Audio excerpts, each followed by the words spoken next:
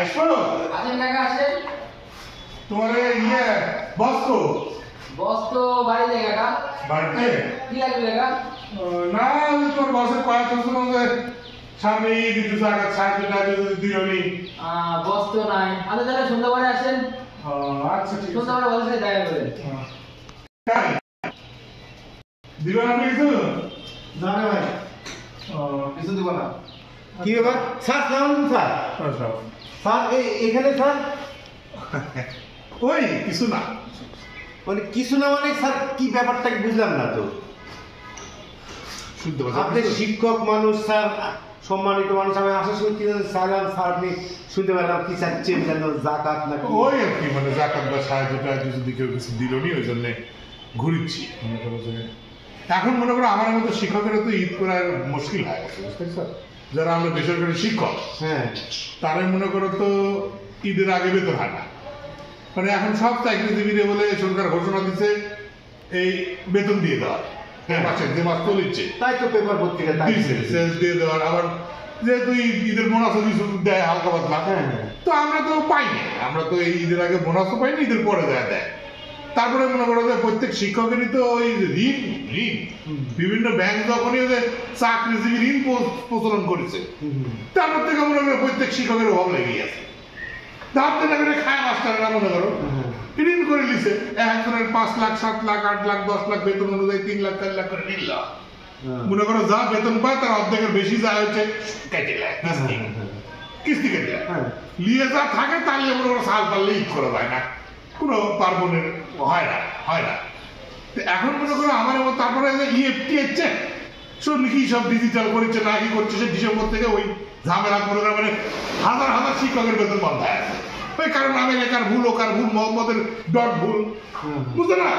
এই সমস্ত লিয়া মনে করো কারো সরকারের আকার ভুল, হ্যাঁ এইরকম করে লিয়া মনে করো যে হাজার হাজার শিক্ষকের বেতন বন্ধ হয়েছে, ডিসেম্বর থেকে বেতন পাচ্ছে না।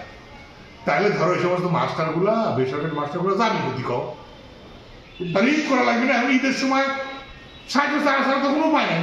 ডিসেম্বর থেকে বেতন বন্ধ মানে যে 4-5 মাস হয়ে গেল তো। হ্যাঁ অনেকেরই তো বেতন বন্ধ, অবস্থা খারাপ তো। কিভাবে পাইছে আছে তাহলে আপনারা কাছেন কি করে? আসলে বা হয়তো ধার দেনা করে চলিচ্ছে, আর তোমার মতো তোমরা ছাত্র 5-10 করে ভাড়া হচ্ছ, কিছু দিও ঈদের মধ্যে।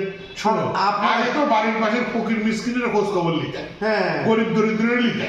পাশাপাশি এখন একটা দায়িত্ব তোমার কিন্তু বাড়িতে, সেটা হচ্ছে বাড়ির পাশে যেগুলো বেসরকারি মাস্টার টাস্টার থাকবি তারা একটু খোঁজ খবর নিবে। তারা জায়গার টাকা লজ্জা করে যে শিক্ষক মানুষ জায়গা দিতে ছেলে নিবি কিনা, এই লজ্জা করো না। লজ্জা না করে মাস্টার একটু খোঁজ খবর লোক স্যার কিছু লাগবে কিনা বললে না, শিক্ষক মানুষ ভদ্রতার খাতিরে চাইতে নাও পারে আমার মতো। তুমি যাই বাবা একটু ওই সে একটু চাল মাল কিছু দিয়েছো। কি কথা শুনালেন স্যার? এই শিক্ষক হচ্ছে জাতির মেরুদণ্ড, ওই তো কারিগর। আমরা দেখেছ না জাতির মেরুদণ্ডের কি অবস্থা? এটা কি শুনলেন অবস্থা? এই অবস্থা ভালো না রে বা। এখন শিক্ষকরা মনের দুঃখে ভিক্ষে পেতে পারছে না, তাই তাছাড়া যদি ভিক্ষে করা লাগে ভিক্ষে করল নি মাস্টাররা, মানে অবস্থা যা বেগতিক দাঁড়াচ্ছে। হ্যাঁ বেসরকারি মাস্টাররা তো এই যে ধরো গত মাসের বেতনই এই মাসে এই সময় একটু কদিন আগে মাসে পাইলে, তাহলে আজকে মাসের 20 তারিখে 19 তারিখে যদি বেতন পায় গত মাসের বেতন, আবার ওই সরকার ঘোষণা দিচ্ছে ঈদের আগে বেতন দেওয়া, তো চলে আসার কয়দিন আছে, এখনো বেতনের নামগুলো নাই, বোনাস নাই। খুব সমস্যা। বেসরকারি শিক্ষকরা আসলে ওই যে বেশব্দ কি হয়, বেহায়া, বেশরম, বেলাজ, মানে ব্যাককেল, সব এই বেসরকারি শিক্ষকের সাথে যায়, বুঝলে? তো আমরা হচ্ছে বেশরম, বেলাজ, ব্যাককেল। তো বাবা তোমরা ভালো ছাত্র, তোমরা উন্নতি করো, তোমরা বাড়ির পাশে যদি কোনো শিক্ষক মাস্টার থাকে এরকম গরিব দুঃখী এই বেসরকারি শিক্ষক, এর একটু দিও, না চাইলেও একটু চেষ্টা। আচ্ছা স্যার আপনি বলেছেন স্যার, আমি খোঁজ খবর রাখবো। স্যার দোয়া রাখেন স্যার। আমার তো দোয়া দেওয়া ছাড়া কিছু নাই রে মা। দোয়া ভালো থাকো রে বা, ভালো।